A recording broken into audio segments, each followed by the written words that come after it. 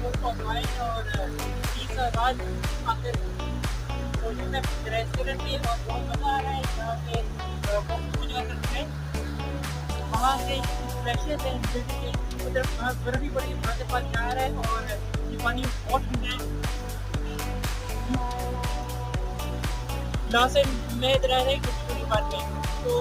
ना मतलब इतनी गर्मी भी थी और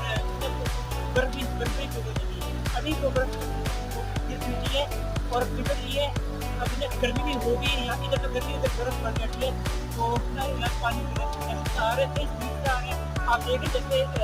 जैसे जैसे दोपहर का टाइम बढ़ता जा रहा है स्पीड जा रहे हैं पानी के बहाव की वो भी तेज होती जा रही है बर्फ पानी का बहाव तेज होता जा रहा है और बहुत मज़ा आ रहा है पानी तो गर्मी भी है थोड़ी लेकिन पानी जो है उसकी ठंड का आपको क्या बताया जाए यहाँ पे 2 मिनट तक पानी डाल के बंदा बैठ सकता है